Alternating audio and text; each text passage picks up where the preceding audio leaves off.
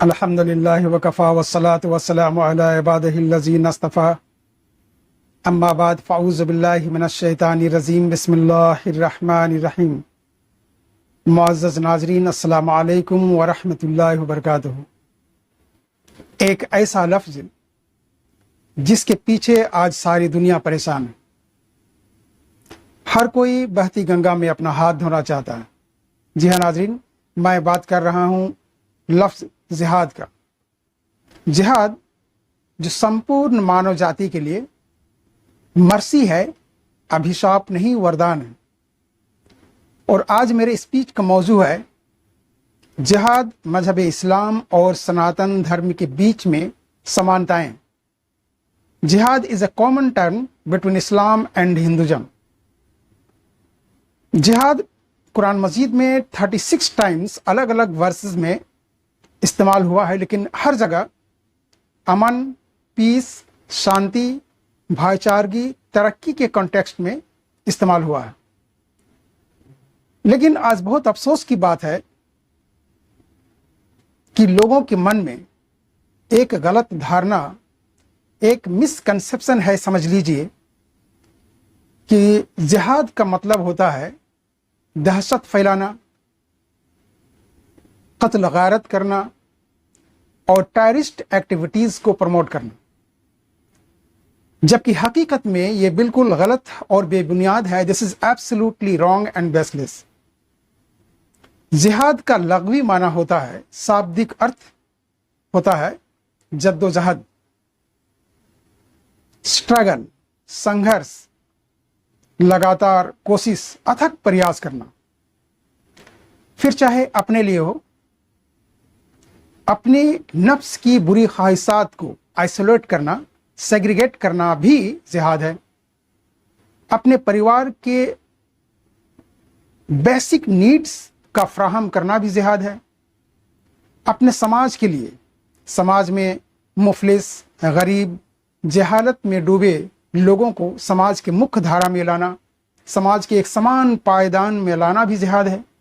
और अपने वतन, अपने मुल्क की हिफाजत के लिए, फलाह बहबूदी के लिए, उसके तरक्की के लिए, उसकी रक्षा के लिए भी जद्दोजहद करना एक जिहाद है। तो जिहाद का ये मुख्य बैकग्राउंड है। बाकी जो दुनिया में हो रहा है जिहाद के आड़ में, that is completely politics. It has no relation whatsoever with जिहाद।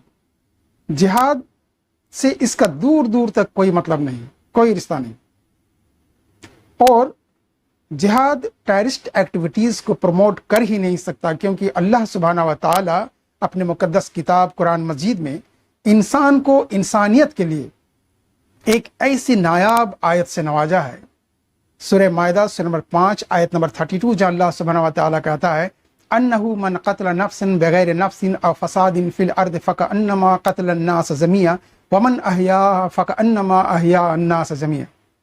He who slays a soul, unless it be a murder or for spreading mischief on the earth, shall be as if he had slain all mankind.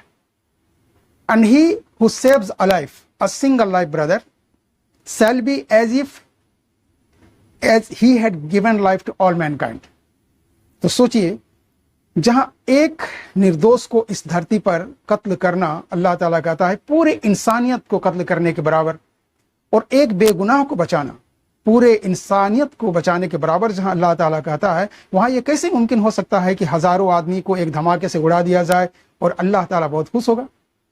इससे क्या मिलेगा अल्लाह ताला को? अरे भाई, अल्लाह ताला तो वो सुपर पावर है जो जब चाहे पूरी कायनात को पल भर में फना कर दे। और अल्लाह ताला कहता है सूरह रहमान सूरह नंबर 55 आयत नंबर 26-27 में, कुल्लु मन अलैहा फानी व यबका वजहु रब्बिका ज़ुल जलाली वल इकराम। All that is on earth will perish and only your Lord, full of majesty and splendor, will endure. तमाम चीजें जो धरती पर है वो सब फना हो जाने वाली है और सिर्फ बाकी रहेगा तेरी रब की जात, अजमत और बुजुर्गी वाला। और सिर्फ कुरान मजीद में ही नहीं, बल्कि अगर आप वेद पढ़ेंगे, वेद जो सनातन धर्म की ईश्वरीय किताब मानी जाती है, रिवील्ड की हुई किताब मानी जाती है, अगर आप पढ़ेंगे यजुर्वेद अध्याय नंबर 40 मंत्र नंबर 8 कहता है, सपरि अगाम Sukram अकायम अवर्णम अस्नाविरम शुद्धम अपापविंदम। Almighty God is pure, इमेजलेस, सर्वव्यापक, सर्वशक्तिवान और पूर्ण ब्रह्म अविनाशी है। उसके लिए कोई भी चीज असंभव नहीं। So my dear brothers and sisters, जिहाद अपने लिए, अपने परिवार के लिए, अपने समाज के लिए और अपने मुल्क, अपने वतन की रक्षा के लिए, फलाह बहबूदी के लिए एक संघर्ष है, एक जद्दोजहद है, और इसे ही अरबी में कहा जाता है जिहाद। और जिहाद हर धर्म में होता है, और इनफैक्ट हर धर्म में जिहाद का मकसद और जिहाद का मतलब भी कॉमन होता है, यकसा होता है, शांति और प्रगति।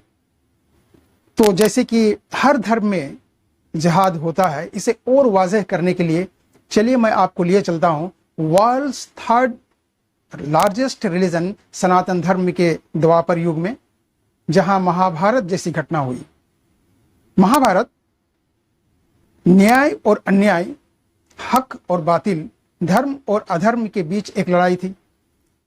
वो लड़ाई दो वंशों की नहीं थी, दो मजहब, दो धर्मों के बीच में वो लड़ाई नहीं थी, बल्कि एक ही वंश, हस्तिनापुर के महाराज प्रतीप का पुत्र शांतनु, जिनकी विवाह सत्यावती से हुई और उनके कोख से दो पुत्र पैदा हुए, चित्रांगद और विचित्रवीर।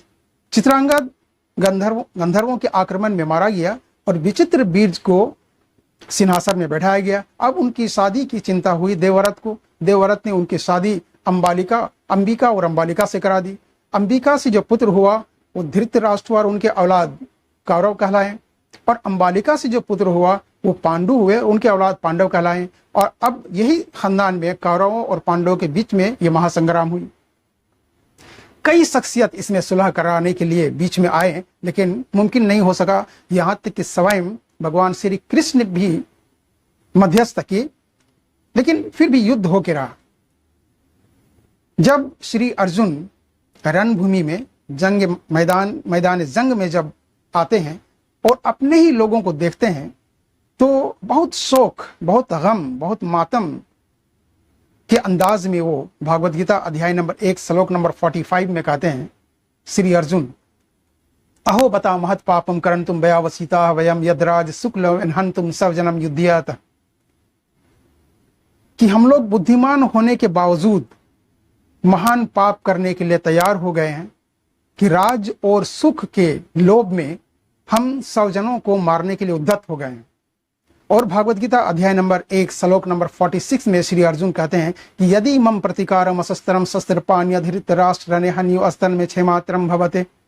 कि यदि मैं शस्त्र रहित और ना आक्रमण करने वाले को शस्त्र हाथ में लिए धृतराष्ट्र के पुत्र रण में मार डाले, तो यह मारना भी मेरे लिए अधिक कल्याणकारक होगा। फिर भी मैं अपने ही वंशों को रणभूमि में श्मशान बना नहीं सकता। यह सुनकर भगवान श्री कृष्ण जिनकी प्रशंसा, जिनकी तारीफ ब्रह्म संहिता के छंद 1 कहता है, ईश्वरम परम कृष्ण सचिदानंद बिगर अनादिर आदिर गोविंद सर्व कारण कारणम। भगवान श्री कृष्ण सर्व कारणम है। He is the prime cause of all causes, और परम ईश्वर है। वह ईश्वर श्री कृष्ण भागवत गीता अध्याय नंबर 2 और श्लोक नंबर 3 में कहते हैं, मां अस्म गमा पार्थ न एतत्तभी उपगते हृदय क्षुद्र दुर्बोल्यम तयक्तवा उत्थिष्ट परंतपे। भगवान श्री कृष्ण कहते हैं कि हे पृथा पुत्र, आप इस हीन नापुंसकता को प्राप्त मत हो और हृदय के तुच्छ दुर्बलता को त्याग कर युद्ध करने के लिए तैयार हो जाओ। और आगे भागवत गीता अध्याय नंबर 2 श्लोक नंबर 37 में भगवान श्री कृष्ण कहते हैं कि हतो व प्रप्यासि सवर्गम जित्वा व भोक्ष्यासि महम तस्मदुत्थिस्त कुंते युद्धाय कृत निश्चय। कि इस युद्ध में दो ही चीज फाइनलाइज, दो चीज इसमें होगा, या अगर आप इस युद्ध में मारे जाते हो तो आपको स्वर्ग की प्राप्ति होगी, और अगर यह युद्ध आप जीत जाते हो तो फिर आप भोग करोगे इस पूरे संसार में। इसलिए ऐ कुंती पुत्र, दृढ़ निश्चय करके युद्ध के लिए तैयार हो जाओ। अब सवाल यह है यहाँ पे कि भगवान श्री कृष्ण जो सर्व कारण कारणम है, जो परम ईश्वर है, वो श्री अर्जुन को ये विनाशकारी युद्ध के लिए प्रेरित क्यों किया? ये आम इंसान सोचते हैं कि भगवान इस तरह का नरसंहार, इस तरह का एक विनाशकारी युद्ध में उनको क्यों धकेला गया? तो सुनिए मेरे भाई, जब कभी भी हक और बातिल, न्याय और अन्याय, धर्म और अधर्म के बीच जब कोई अधर्म की तरफ, अन्याय के पक्ष में होता है, तो हक के लिए, न्याय के लिए, धर्म के लिए आपको युद्ध करना ही होता है, चाहे जो भी हो, चाहे आपके अपना ही क्यों ना हो, आपका खून ही क्यों ना हो, आपको युद्ध हक के लिए, न्याय के लिए, धर्म के लिए करना ही होगा। ये हर मनुष्य के लिए यह कर्तव्य है, फर्ज है और धर्म भी है। So my dear brothers and sisters, once again I would like to say that jihad is a mercy from God. It's not a curse but a boon. And whatever is happening in the world today under the guise of jihad, it is totally politics and nothing else. So we should not look at it from a wrong perspective. और भाई और बहनों, ये मेरी एक छोटी सी प्रयास थी जिहाद की मिसअंडरस्टैंडिंग को, मिसकंसेप्शन को दूर करने के लिए। अगर ये वीडियो आपको अच्छी लगी हो तो आप ज़रूर कमेंट बॉक्स में हौसला अफजाई करें। व आखिर दावाना अनिल हम्दुलिल्लाहि रब्बिल आलमीन।